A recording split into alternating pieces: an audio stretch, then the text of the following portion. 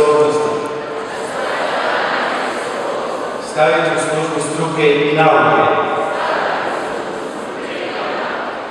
Svoj posao ću obavljati stručno,